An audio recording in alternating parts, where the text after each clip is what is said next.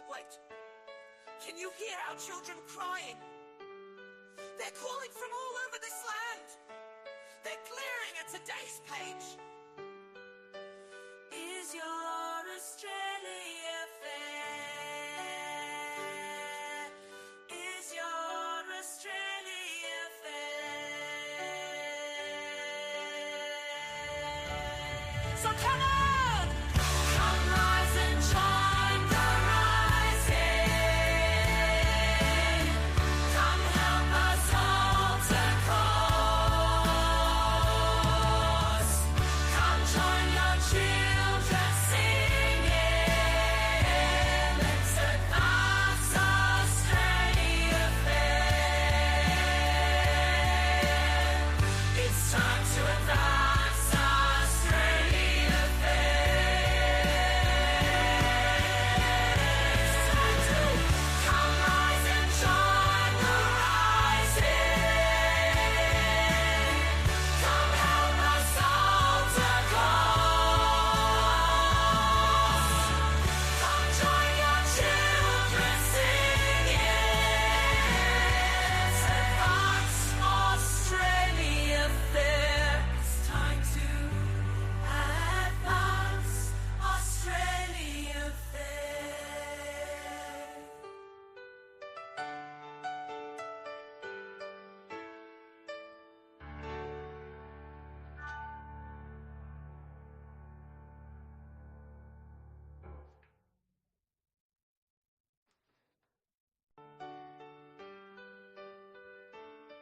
But wait, can you hear our children crying? They're calling from all over this land. They're glaring at today's page. Is your Australia fair?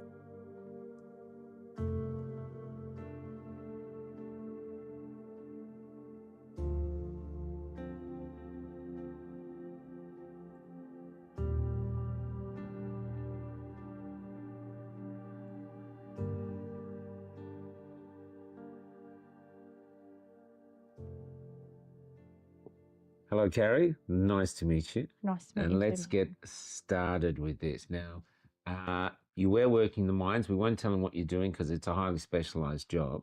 Yeah. But we'll go back in time. You had trouble carrying children. Yes, I did. Let's hear about that. So prior to the mines, when my husband and I got together, I had a number of miscarriages and we couldn't conceive to term. We kept losing them within the first term and the doctors were like, oh, it's just normal. You're just that 1 in 4 people that have this happen to. I know they say it's normal, but that must have been very hard for you to hear. Very tough, very Yeah. tough. And so it's only after the 3rd miscarriage that they actually start to investigate. The 3rd miscarriage? Yeah. Okay. So when you get to the 3rd, they'll start doing more blood tests, more scans and all that. And then we came to Perth and started doing all the testing, fertility clinics and things like So that. you were living outside of Perth? We were outside of Perth at the time and Yeah. we moved closer. Just to try fix this problem. Yeah. So you wanted a family? Yeah. Yeah. Yeah. So eventually, you know, I ended up having a gastric sleeve surgery, and then lost a heap of weight. I also had a thyroid condition, which was part of what was going on. And Have you tried to lose weight before? Yeah. And no luck? because I like a high protein diet was bulk on a bit. But yeah, I tried dieting and it wasn't working. Like the Yeah. thyroid just stalled metabolism. Yeah. And so at that point, my thyroid just it was very, very underactive, and I was just piling on the weight. And I was on a what do you call it? The meat diet, the cannibal diet. Carnivore diet. Carnivore diet, yeah. it's just meat and eggs. Yeah, that's right. but I've been on that. Prior to that, I did the keto, and then Yeah. I did Weight Watchers, and I think it Yeah. was 7 different diet things I tried, and nothing was working. I Wow. just couldn't shed the weight. I was even running at that point, and I still couldn't lose it. And then my hubby actually went and had the surgery, and I spoke to his surgeon, and I opted to go for it, and lost 52 kilos Wow. in a very short time. Yeah. Felt really good. Yeah, Got I it bet. on, got pregnant, and This was the fourth one then. this was the sixth. The sixth one. The sixth. Wow. So I'd lost 5 in total prior to that. Man, that must have been hard to bear. Very tough. Very Yeah. tough. So what was the marker once you had the sixth one? What was the marker? Was like the first trimester you reached and got the... It was always the 6th or the 10th week mark that my thyroid would go more underactive and progesterone would drop suddenly, and then I would just lose it. Yeah. But so suddenly you're on your way. So I had no problems conceiving. Yeah. It was just staying pregnant. Yeah, but with the sixth one. With my little boy, my little rainbow baby, we got there. So because when you're pregnant though, you must have been every day, you must have woken up and thought, we're still going. Yep. That must have been exciting, but also nerve-wracking. Yeah, I bet. And then like I had a couple of bleeds, and every bleed was like, God. oh God, here we go again. Yeah.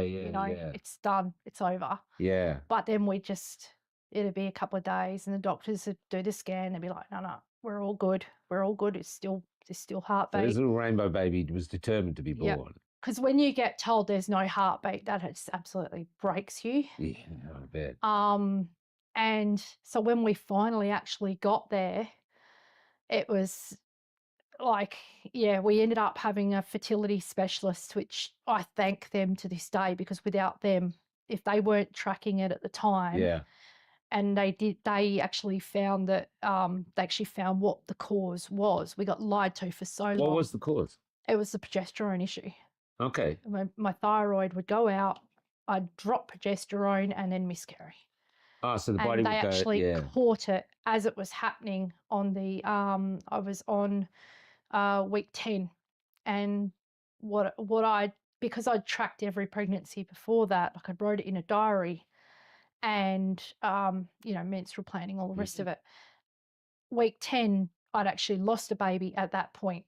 I'd had a bleed and lost a baby. It actually died inside me, and I had to have a clean out. And I said to them, this is the time it happened last time.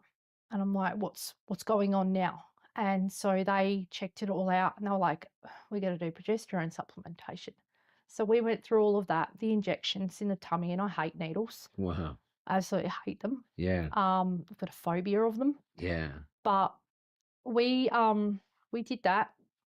And then sure enough, we kept going, got to 15 weeks, and they're like, okay, you're kind of in a safe zone now. We're going to pass you over to care to the hospital. My GP was over the moon, like that we'd made it that far. Yeah. And and then when hospital took over care, it was a bit of a mess.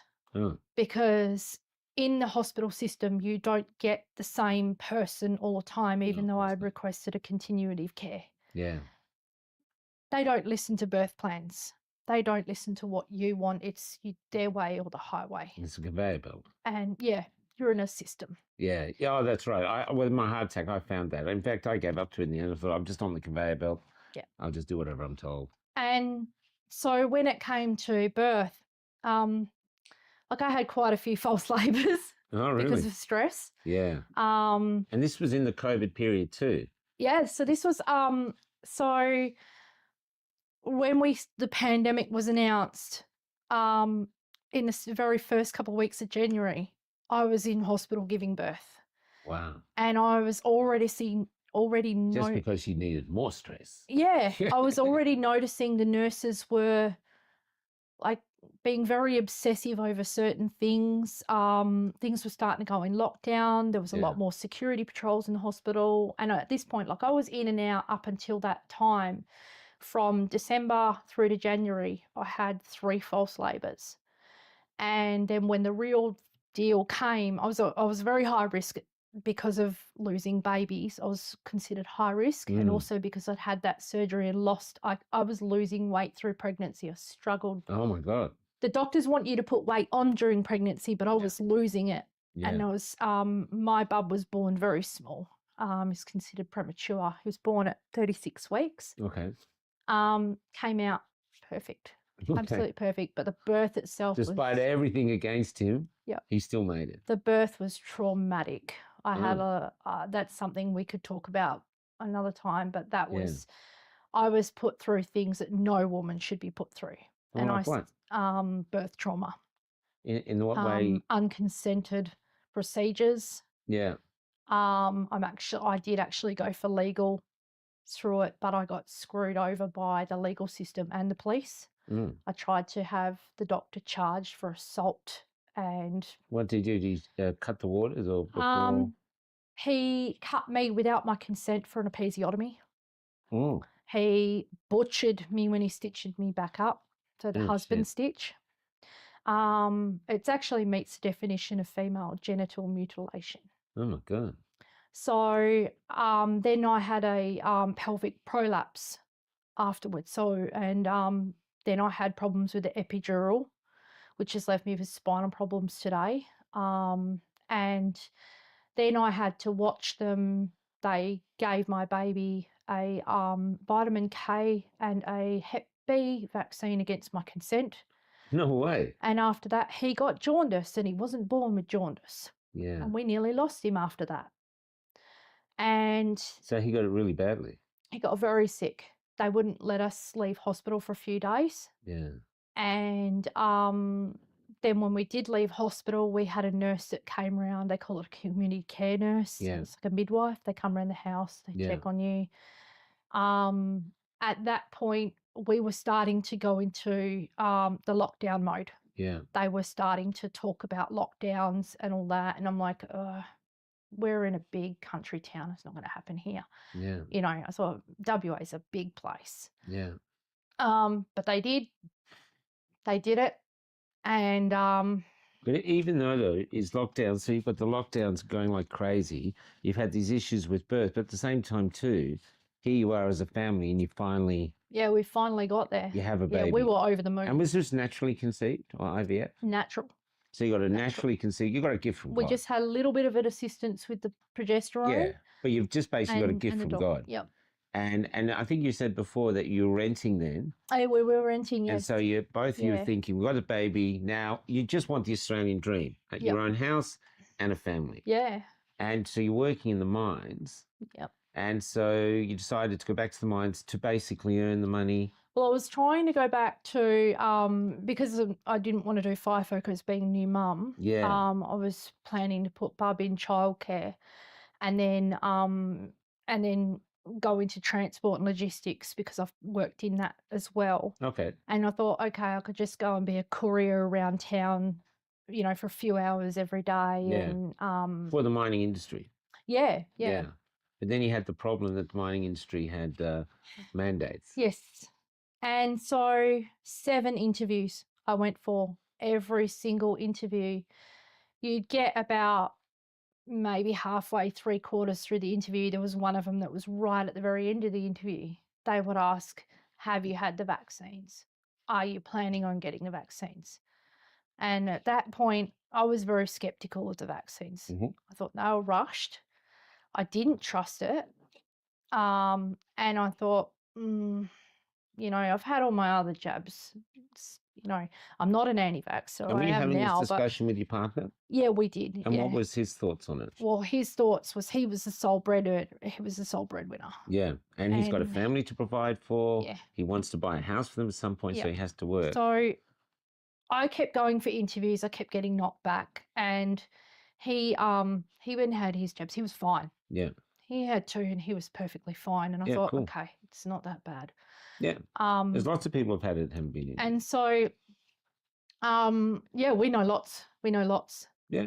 And they've not had any reaction, not even a headache, not even a sore arm. You know, they just, And then so I that thought, gave you okay, confidence to take it yourself. thought, all right, I'll go and take it. And So yeah, and then when I'm like at that point, I was still like prior to that point, I'd gone through postnatal depression. I'd been in a psychiatric ward trying to get better.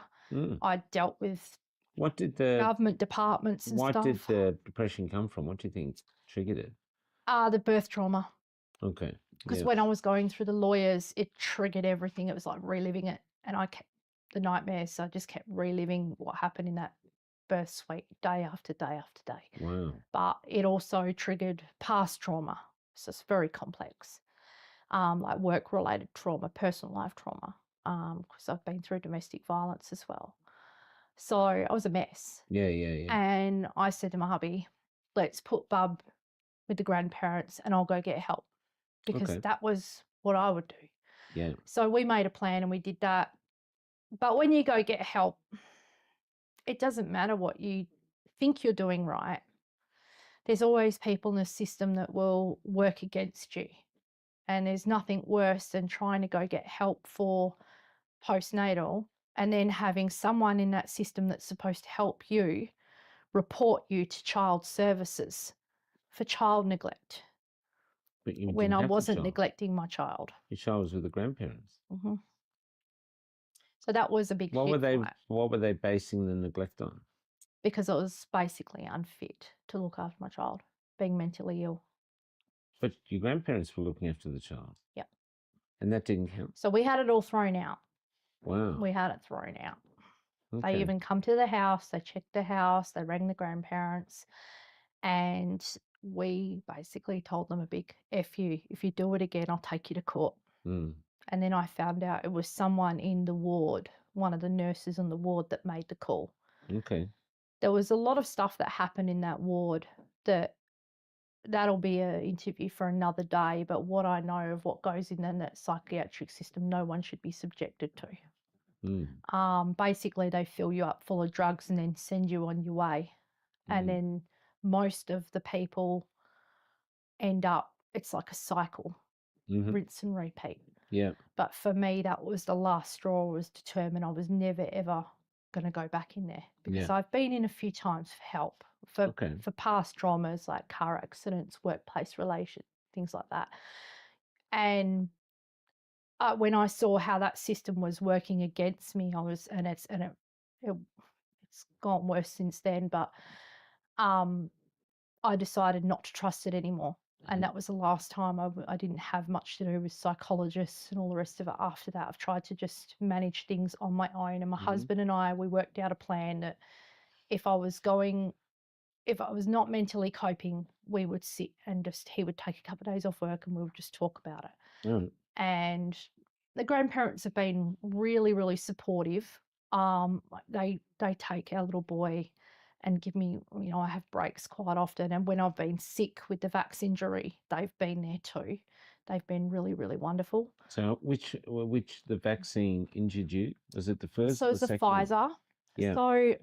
So if we bring it up to 2021, so when I was going for these job interviews, I thought, okay, nothing happened to my husband. All right, I'll go and have the first one. And I went to the Claremont Super Hub, the mass vax clinic that the government set up. Yep, sure. Now, coming from a farming background, it was like sheep going into a slaughterhouse. To get drenched. Yep. Yeah. Yep. But because I was mentally wrecked, I couldn't see what was going on.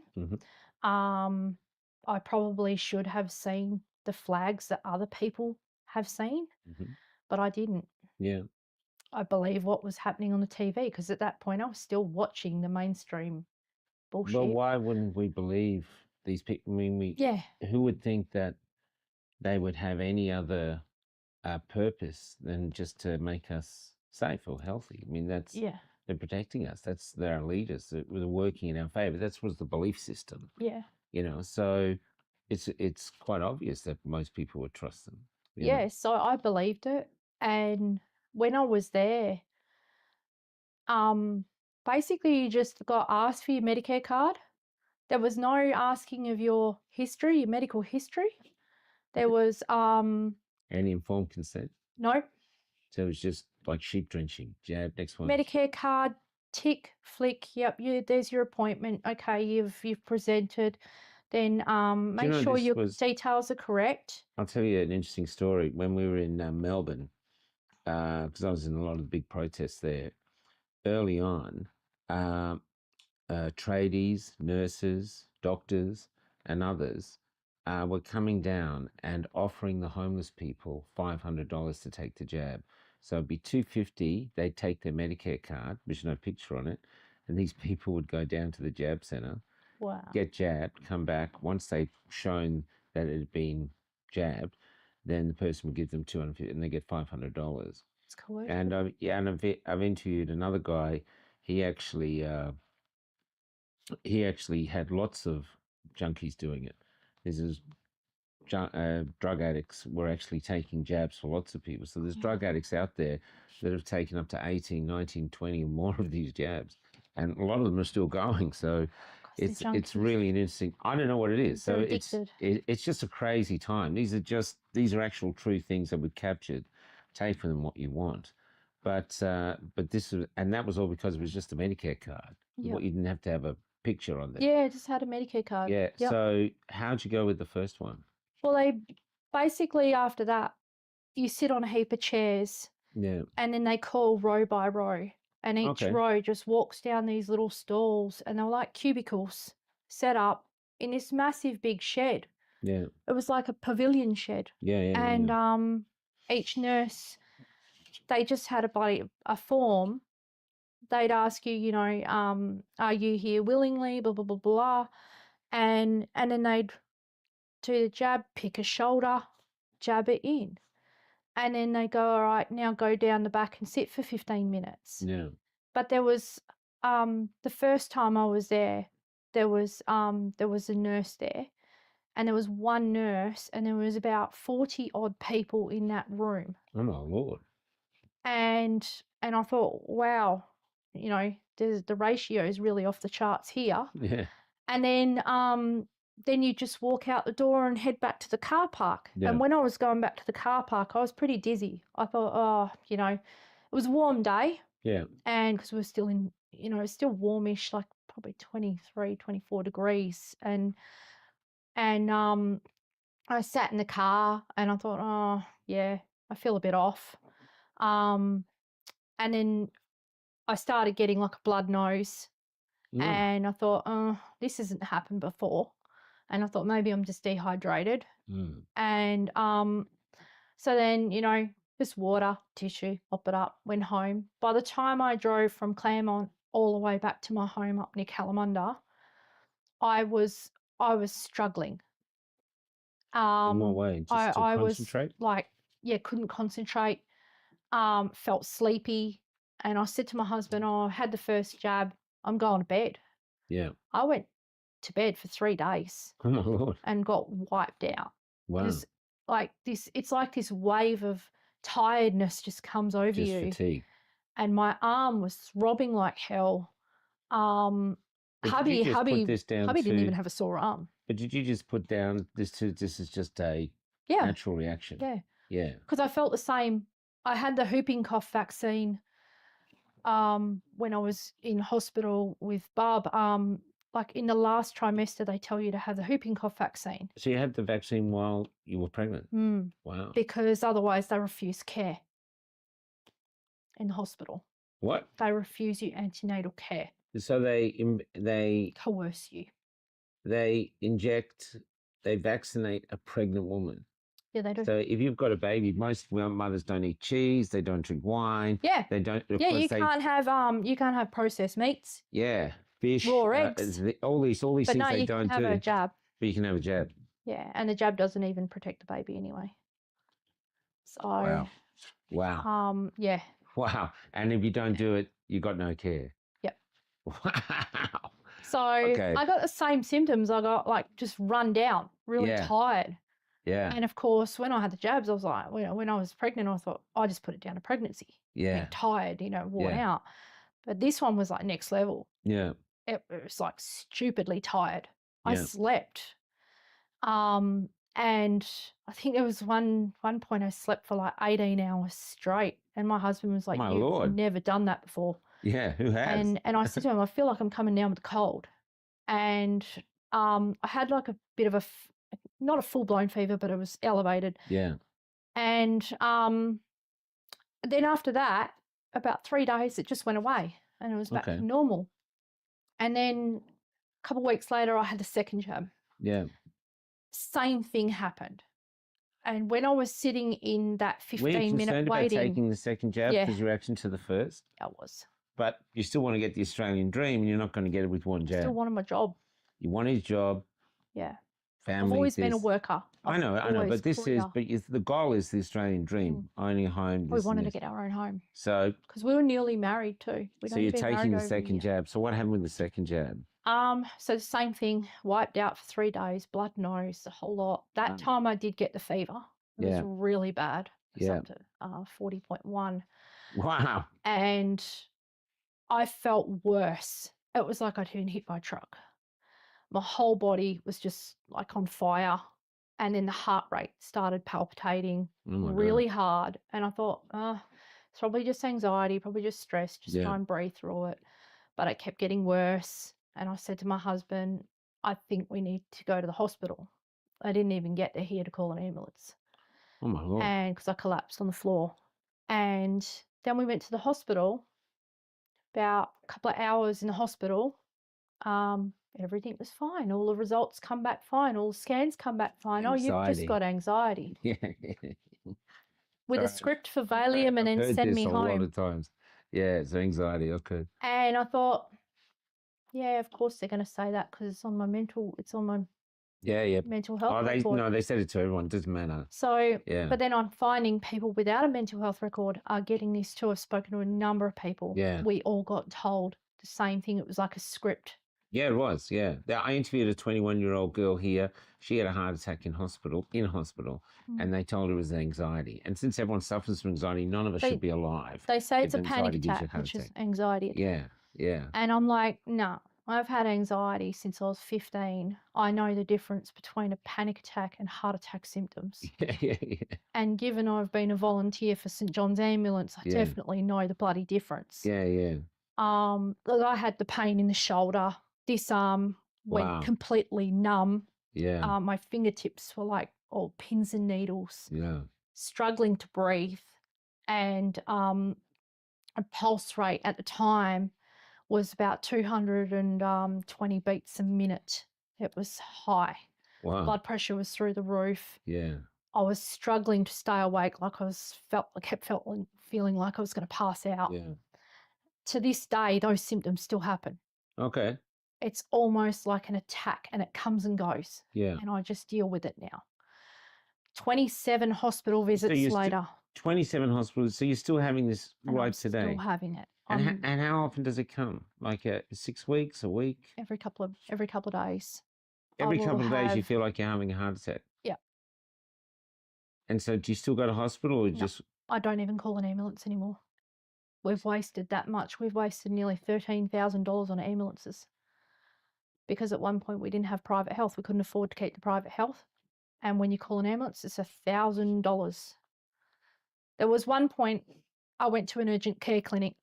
That urgent care clinic was 200 metres across the road from a hospital, and they called an ambulance because they couldn't deal with me. They called an ambulance and I got a $1,000 bill just to go across the bloody road to the hospital. Wow, so you're taking hours what later, the government wants you to take. They kicked me out of the hospital. So you're taking what the government wants you to take. You're being injured, and then wow. Yeah.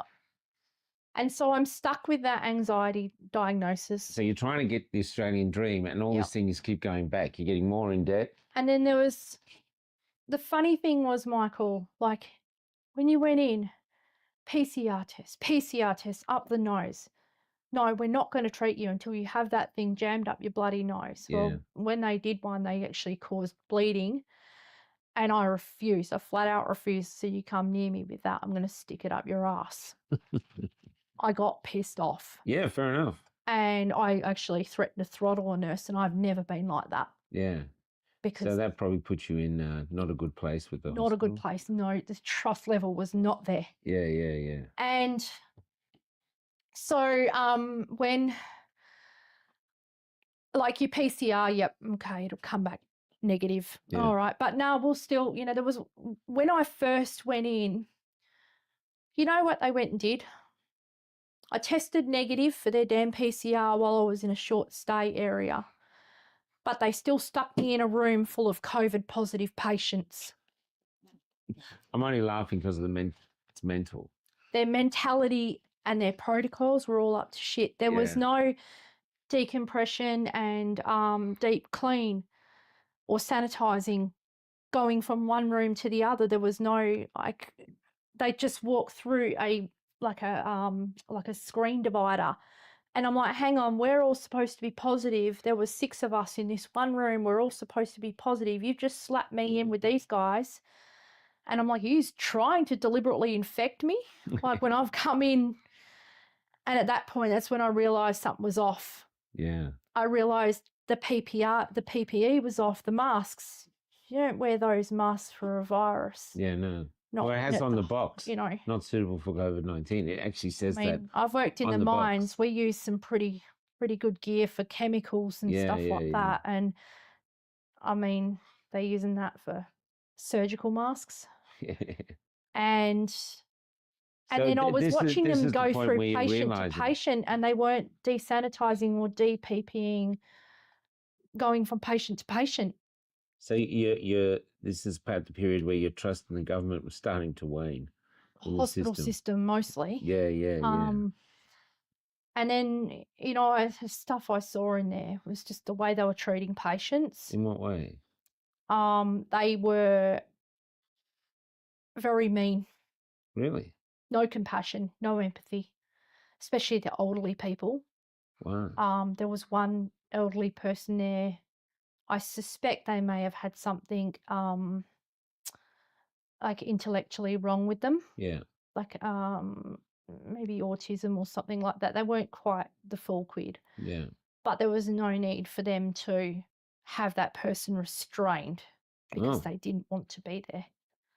And they were taken in because of a little cough. Yeah. And they had that person strapped to a bed. Holy crap. There was another guy that came in that was positive beside me, and he was a footballer. I won't say for what team because he was still in his jersey. And he had just had the jabs and tested positive, and he was laid up beside me. And he was also ramped in the ambulance with me as well. He was in the ambulance beside me, and he'd collapsed on an oval, and they brought him in. And he was young, very young.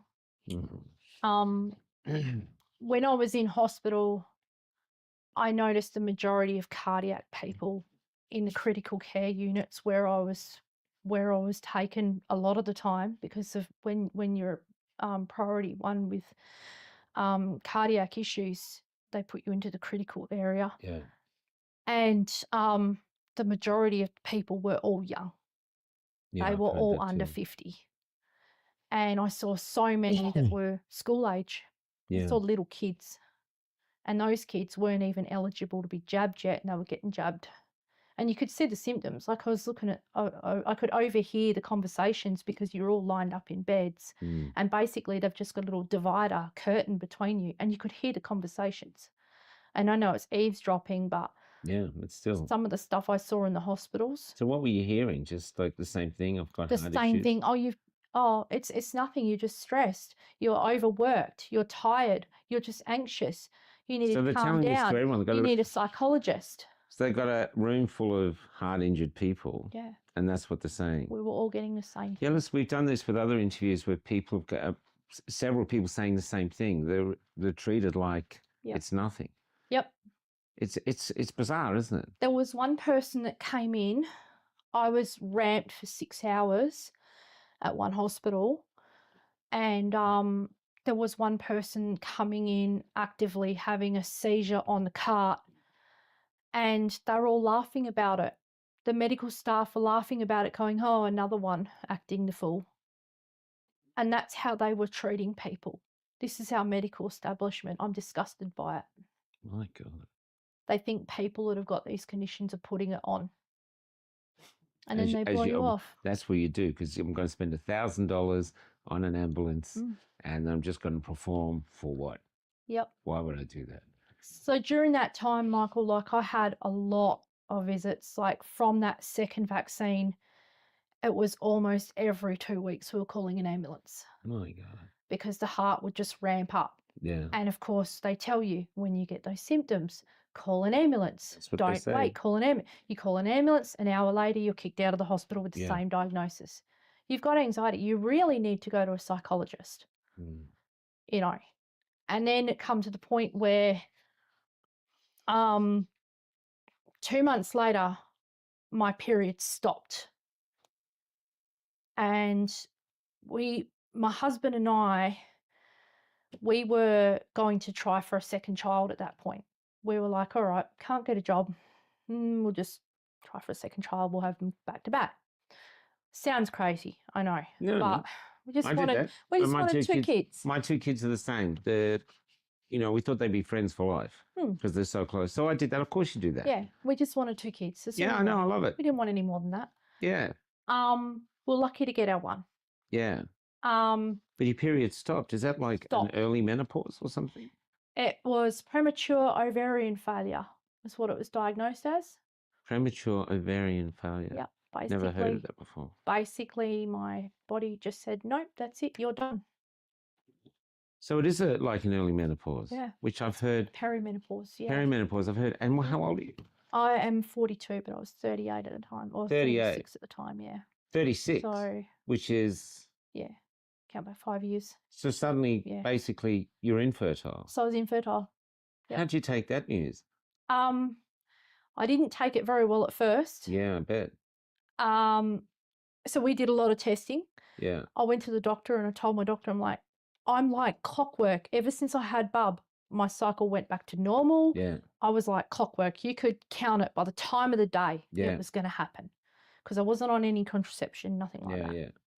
And even after losing all that weight, my periods still come back to a normal cycle. Mm-hmm. It was like the moon. Yeah, And every full moon, boom, it's game on.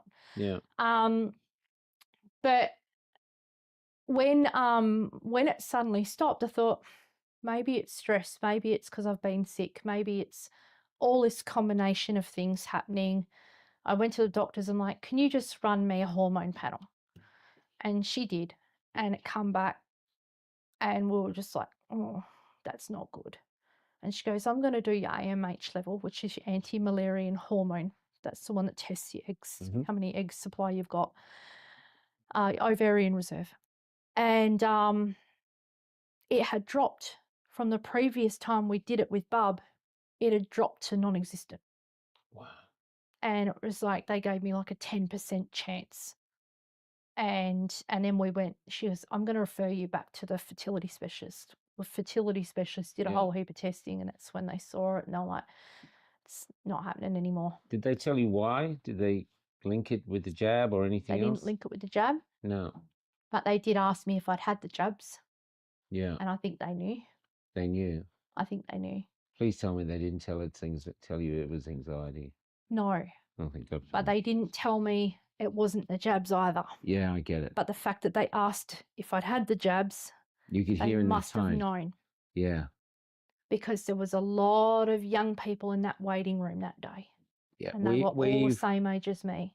Some of them had been in there previous times. Yeah, we've heard lots of stories. I think it's 24% now of our females.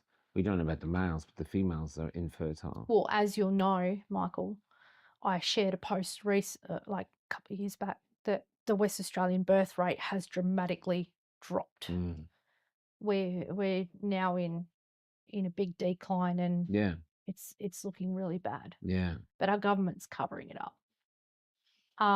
So when I got hit with that news, I came home and I told my husband, and that was a sledgehammer. It got worse from there. So he must have been devastated. Yeah. But at least you had one child. We had the one, so we were happy with that. So you still wanted, though, the house, so you still Yeah. You're trying to get there. So I just said to him, fuck it.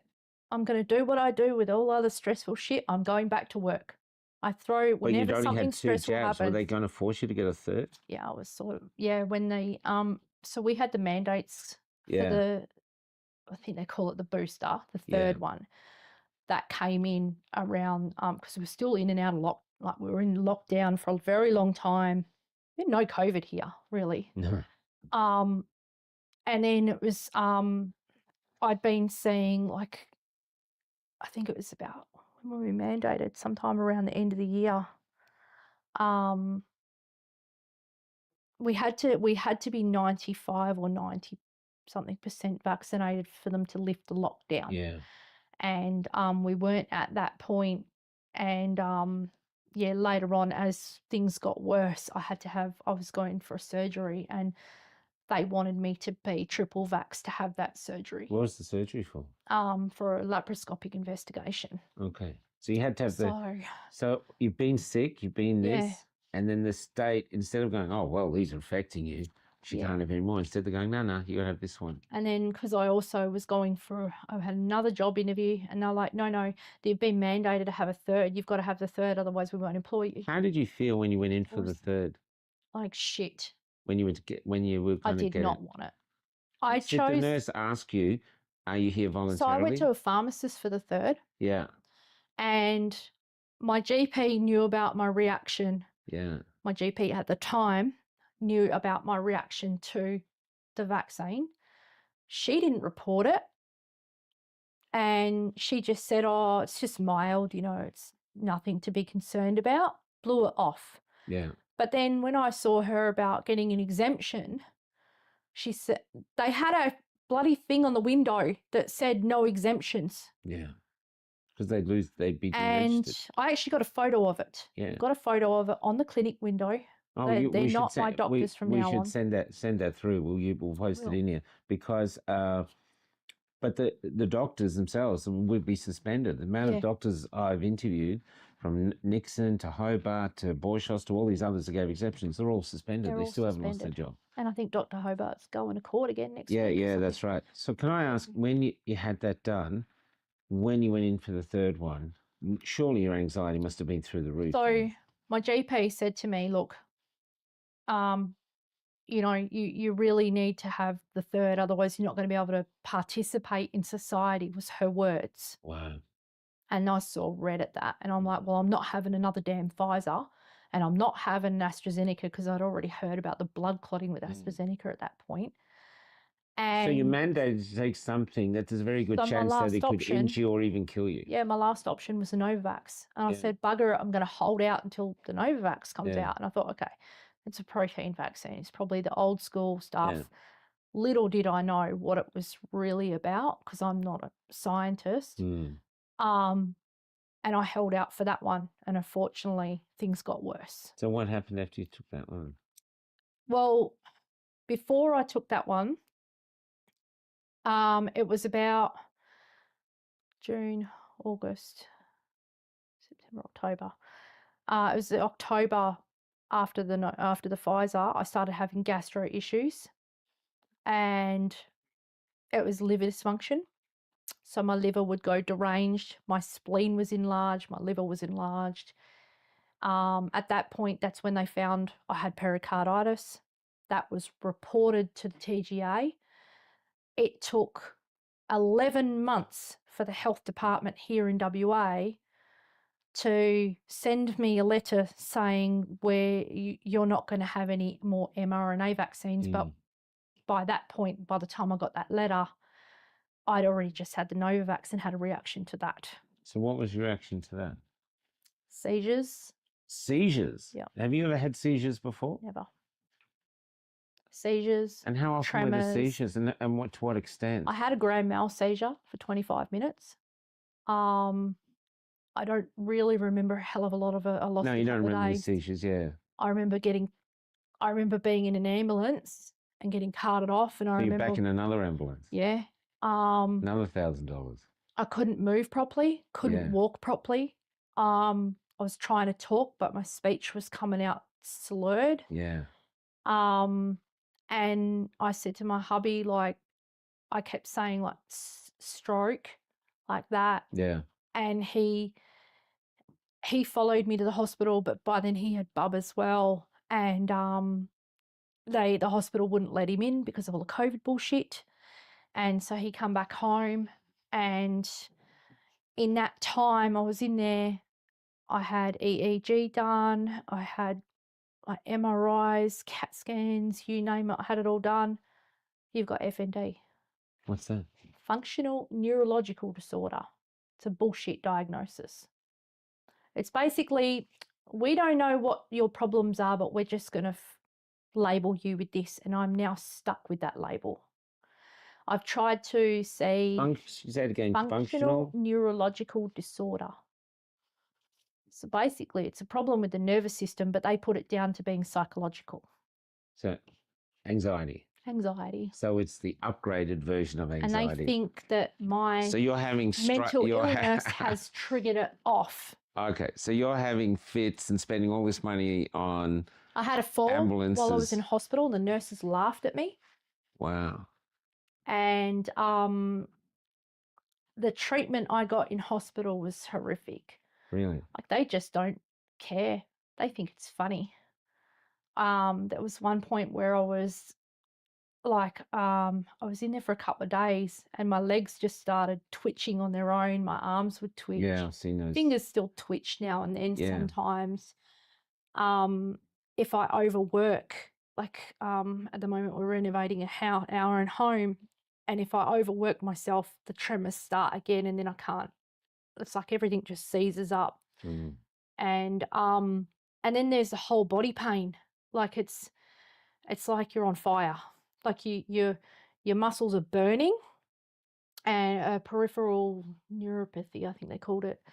And then they've been labeled chronic fatigue as well. And like your muscles are just like, it's like when you've gone for a very long run and everything hurts. Well, that's what it's like daily now. And no amount of medication is making it better. Some medications, even these protocols, detox protocols, some of them have made it worse. Okay. And so the one thing I found that calms it, well, there's actually three things, is magnesium, glutathione, and valerian root. Okay. And those three things have kept everything at a manageable level. So you're still having seizures, or they've stopped? I had a seizure a couple of weeks ago for a couple of minutes. It's like hubby notices my eyes just go a bit weird and then just not focused, and then all of a sudden I'm out, and it's like I just have a black spot, can't remember what's happened, wake up, dazed, confused. So you switch between that and fatigue and heart issues? Yeah. And so then there's the immunological. Do you feel like your body has something in it that's, causing all this? Like, whether it's a spike protein or Poisoned. whatever it is. Yeah, poison. Yeah. Do you feel poisoned? Yep. That's how I call it now. I've been poisoned by my own government. It's the harshest term you can be, but it is the truth. The other thing too, and I don't mean to upset you about this, but it has to be said, I'm of the mob that didn't take it. And early on in COVID, we got put as the lowest rung of society. We were like the lepers. We were the anti-vaxxers, eventually cookers, whatever, but we were the lowest rung. But then there was another rung added, and those were the ones who were vax injured. Yeah. And you became the untouchables. Don't talk about them. We're kind of like the ones they want to brush under the carpet. Yeah. Because the more of us, and I've spoken a lot of vax injured about this. Yeah. They can't shut us all up. No, but they want to. They just want to. Do you think this is why ABC are now doing sort of softly interviews with vaccine injured people? It's almost a drip scenario. Yeah, almost to let off a pressure valve. Feeding. Yeah, because they don't want to deal with how many there are actually out there. And all the mainstream media were complicit in this. I know. Like, you've got people like Karl Stefanovic. He pushed it. I know. He went and got it too. I know. Karl Sanderland. Karl Sanderland wrote a bloody song about it. Yeah. I laughed shit about that. Yeah. But then I thought, you people were all complicit. Yeah. We've also heard... I was complicit because I went and got the damn thing. But I was trying to provide for my family. Who was the other one? Who was the other one with Channel 9? Told everyone about Christmas. Koshi. Koshi. Yeah. And we heard now that Channel Koshi. 7 he was, yeah. Yeah, Channel 7, Koshi was pushing it a lot. Yeah. And now how many of them are dropping dead?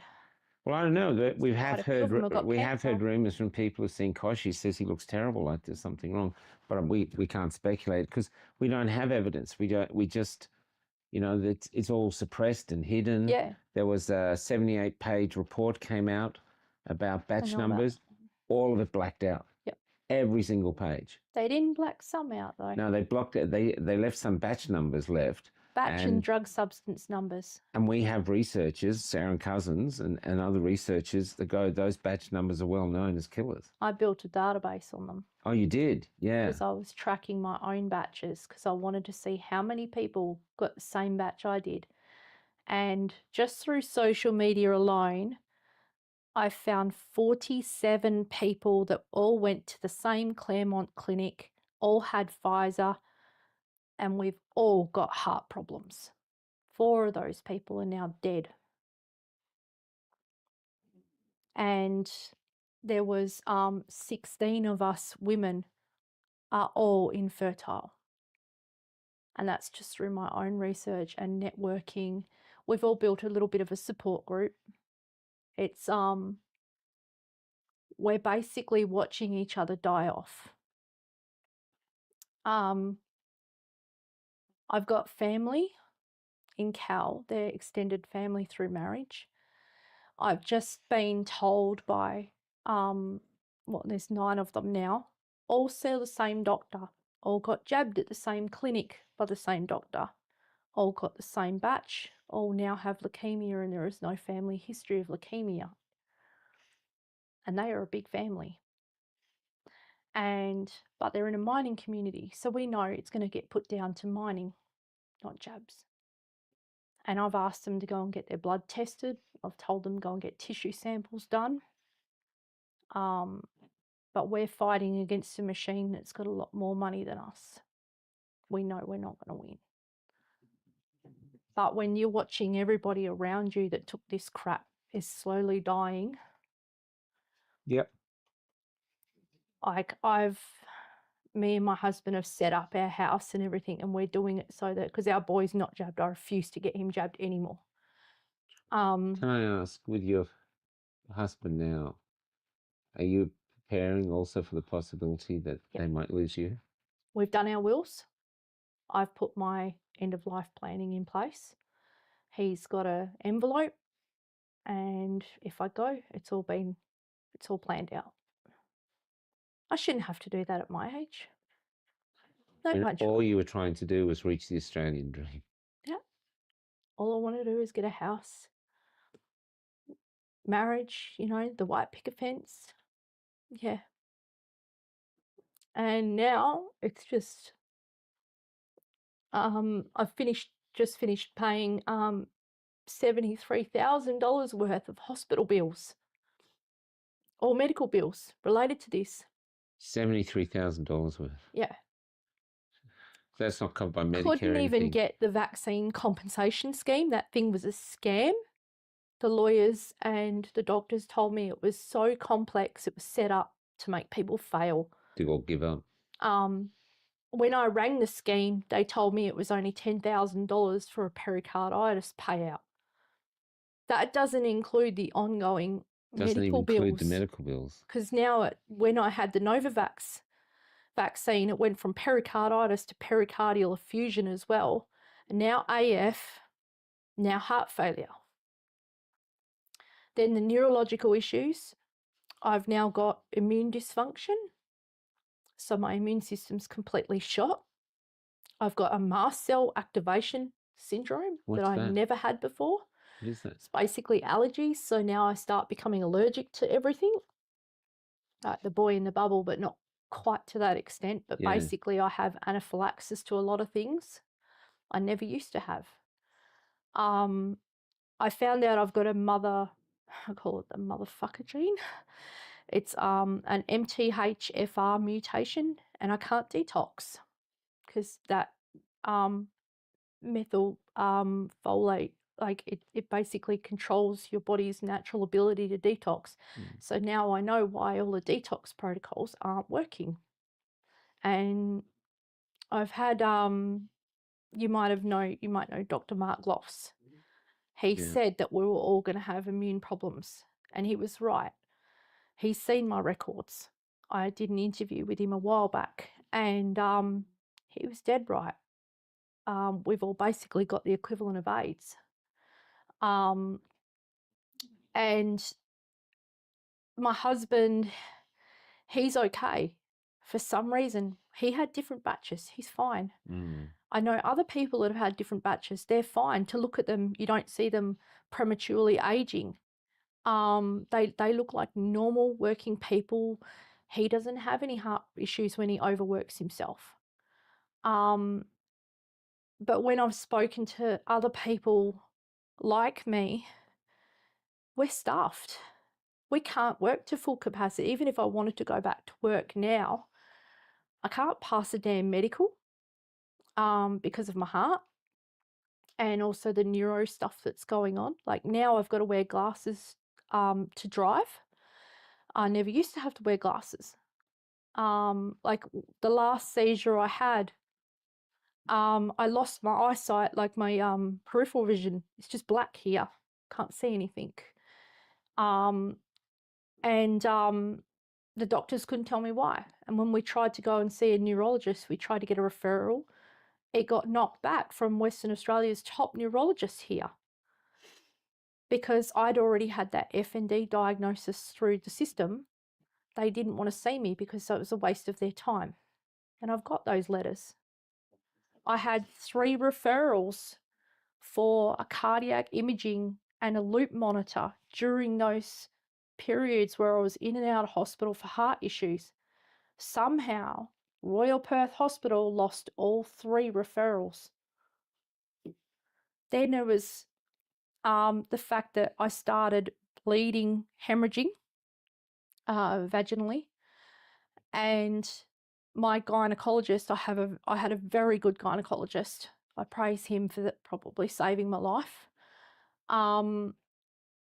We couldn't work out why I was bleeding so much. We went on all these medications trying to stop it, and we couldn't stop it. We slowed it down, but I was still bleeding to the point where I was having iron infusions, and then the iron infusions weren't enough, so then it was going to become a blood transfusion. And then we decided, because I couldn't have any more kids, we opted for the last route, which was a hysterectomy. And that was bloody hard.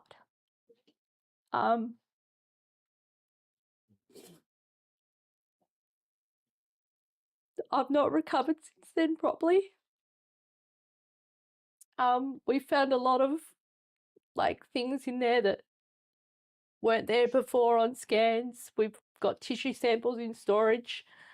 I want to get them sent overseas for someone to analyse. Because they won't do the tests here. They won't do it. Anyone affiliated with the government here won't do it. Won't be done. Yeah, I know. But they're in storage. But yeah, when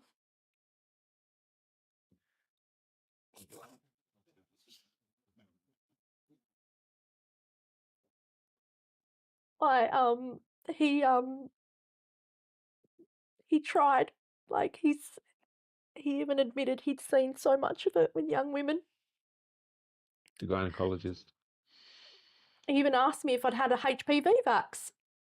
So obviously they're seeing stuff with the HPV vax they're not saying to people. And I've never had that one, never. But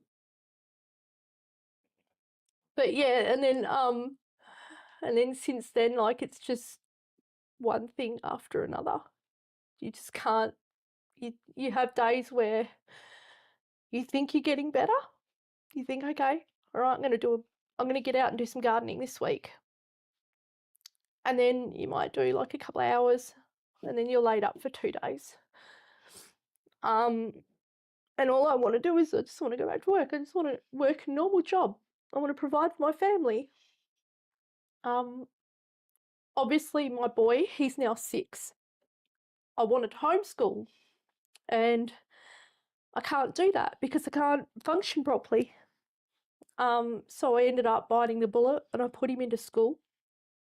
which has been good for him because he's made some friends and we've got a good community where we live. They're very tight-knit. The teachers were very understanding when I told them that he'd had a vax injury. So,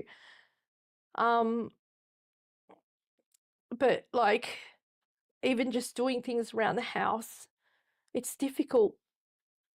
Like trying to paint walls, I can only stand for so long. And then my legs just want to give out. Can only walk so much, can only lift so much. Yeah.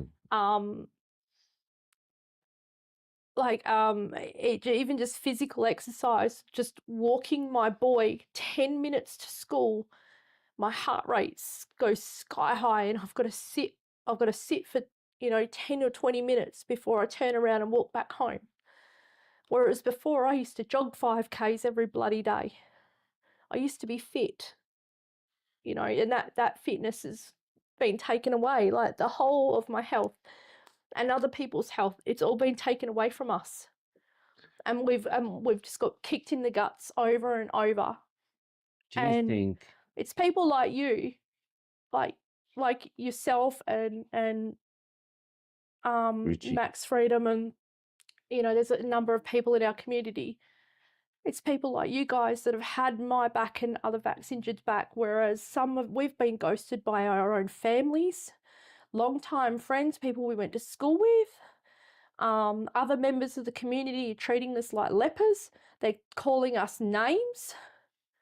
They can call me an anti-vaxxer all they bloody like, but I am. I will never have another one. Yeah, same. Never. I will never vax my kid ever again. I won't do it on principle now. I want to see their whole vaccine schedule destroyed, and that is my aim. I want it destroyed. Because this is killing people. It's basically what they've done to me and other women. It's involuntary sterilisation. And where are all the lawyers? They're very quiet. Civil rights lawyers, all these. The human rights lawyers? Yeah, done nothing. I now believe they were all complicit. So you feel truly robbed of that as a woman? Yep. My health, my fertility, my work life. It's affected our marriage. It's put a lot of strain on our marriage because my husband's basically watching his wife slowly die. A lot of people say that COVID is over. What are you still talking about? It's over. It's clearly not over for you. What do you feel like when people say that, or even the government just still says vaccines are safe and effective? I laugh at it.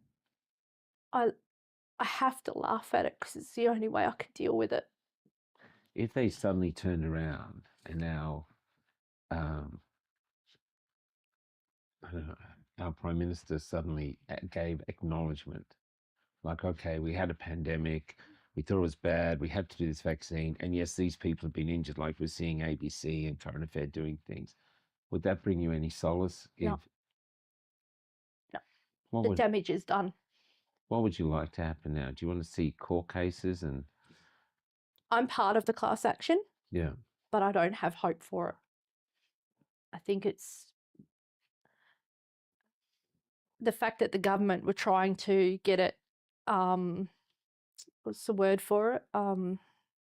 Discontinued, I guess. I don't have hoping in any case with government. The manufacturers have got liability in this country. Because we just saw a chemist in Bassendean. I took a photo of it, and it said COVID vaccines free. That makes me angry. I want to kick over those signs every time I bloody see them. The kids, bring in your kids. Yeah. And that's happening now. Yep. And it's happening now because you guys are ignored. One of my friends does the Forest of the Fallen, and I was talking to Matt Jordan, who did the Jab Injuries Australia. Yeah. And some of the people I've spoken to, that they walk through the Forest of the Fallen, and you can see there's some with empathy and there's others that are like, oh, it's all lies. No, there are some of us I'm not going to say that all the Forest of the Fallens are all, it's all Because I know there are some that were doing fake stuff. Yeah. But I'm real. I've got documents. I've got 3 files of documents to prove it. I've got proof of medical fraud where they were manufacturing diagnoses, where they were reusing old bloody scans and then putting a new date on them. You know, I found out one of my doctors at St John of God Midland Hospital, who gave me 2 false diagnoses, was actually involved in a Novavax clinical trial. And he was one that was involved in gaslighting me, you know. And then to fight to get your own medical records, like the FOIs I have had to jump through to get my own medical records, and then they redact the shit out of it when it's your information. It's your records. You know, like there was like it took me about 6 months just to get records from one hospital. And then when I got it back, there were pages missing. And it was lucky that I keep all my discharge summaries, like every single hospital visit, every ambulance, I've kept all the paperwork. You must have a lot now. I've got Must 3 be like files. White pages. 3 files. Wow. But what I did was decided to do something I'd never done before, and I got, from the date this happened, from June 2021, I got all my pathology records and I put them all into a spreadsheet. So all your blood tests. Yeah. And I saw a pattern of decline through those blood tests. And I printed off that spreadsheet and I put it onto a USB and I took it to every single one of my specialists and I showed them. And the looks on their faces, they couldn't bloody deny it anymore. It took 7 cardiologists for the last one to finally admit that, yes, the jabs were doing damage. And he's put me in the too hard basket because the medication he's given me is not working. Sometimes it makes it worse for the AFib. It's supposed to slow my heart rate down, but it actually drops it too far. And then there's other ones where they put me on and it's just, it upsets my liver. So then my liver goes deranged, then everything goes out. And it's like a flow-on effect. Like one thing they try to treat, they're trying symptom management. And so one thing they're trying to treat with one thing is affecting another, and I can't win. So in the end, I've thrown out all the prescriptions. I'm managing with herbs and vitamin supplements. I just, I must say that the Mediterranean diet and the anti-inflammatory diet that I've combined has had an effect. Like, my liver's calmed down a bit now, but so basically, it's just a management thing. We're never going to get better. Yeah, so like Riley we interviewed the other day, he's curing himself because the medical system's I've learnt a lot from Riley following him. Yeah. Because this nutrition and everything like that. I mean, I was a big meat eater. I was from a farm, so we used to eat a lot of meat. But I also like my veg as well. I like my fruit. But I've got the problem where I had that stomach surgery, so I can't absorb a lot through my stomach. So occasionally I still have to go and have a vitamin infusion or something like that. Still getting blood tests done, and like now, it's not a clotting disorder, but now like when I have my bloods done, it's taking them a long time to try and get blood out of me. And I can see that when they got it in the vial, my blood is different. And I go to the same phlebotomist every time I get the bloods. I get the same woman every time. It's either 1 or 2 women. And they know me regularly because I was in there every second week having bloods drawn. And they've noticed a difference in my blood. And if they can notice it, how come the hospitals in there aren't noticing it? Every time I've gone to hospital, everything's fine on the documentation. There's nothing wrong with you. But yeah, when my GP gets stuff done, it's different. And I'm very lucky I've now got a GP who's now witnessing a lot of it. She went through her patient records and she's really supportive. She's Indian, so she does a little bit of the Ayurvedic medicine, and I believe that's helped. I've got a Chinese medicine practitioner I see, so I've kind of gone the old ways of doing things now. And I think if I'd kept going with the allopathic system, I'd be dead. I believe these other practitioners, these more holistic practitioners, have been helping. But as I said, Michael, it's a management. We can't cure it now. It's just a management of the symptoms. So here you are right now. You've made infertile. You have one child. You finally got a house. Yep. So you got the Australian dream, but you've arrived there. Yep. And you might not live, I hate to say it. To see it all out. To see it all, see a child grow old. Yeah. And this has happened from the state. Yeah. What would you like to happen if you had a choice, they said to you, whatever you want, whether you want justice, whether you want I want truth. justice for all of us, not just us vaccinated, but for everybody who suffered through this shit, for the unvaxxed that lost their bloody jobs. It was wrong what they did. People lost their houses, people living on the street. And it wasn't because they refused to jab and they lost their jobs. It was the fact they had a bloody mortgage they couldn't pay and they couldn't get out of. You know? And then there's people that, like, what happened over in Melbourne? They're shooting civilians. I was there. Yeah, you were one of them. It was wrong. Yep.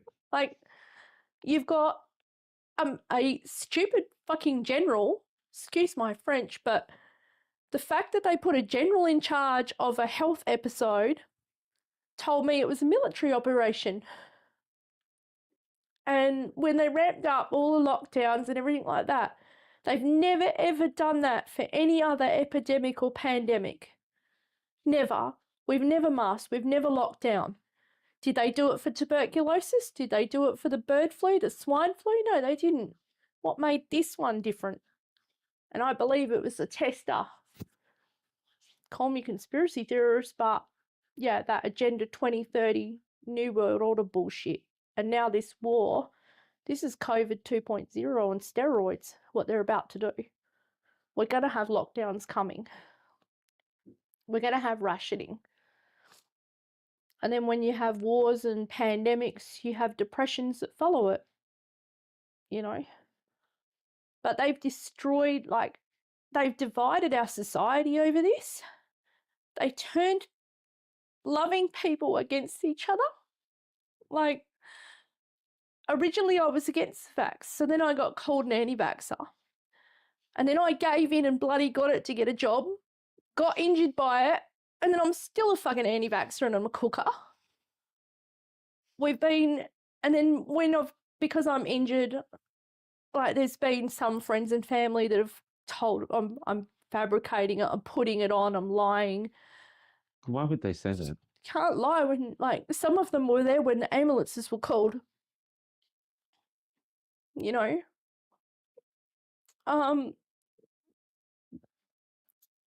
Like, we've been watching friends and family, like, we've had a few other work colleagues from other friends' works die suddenly, and they were all mandated in their jobs.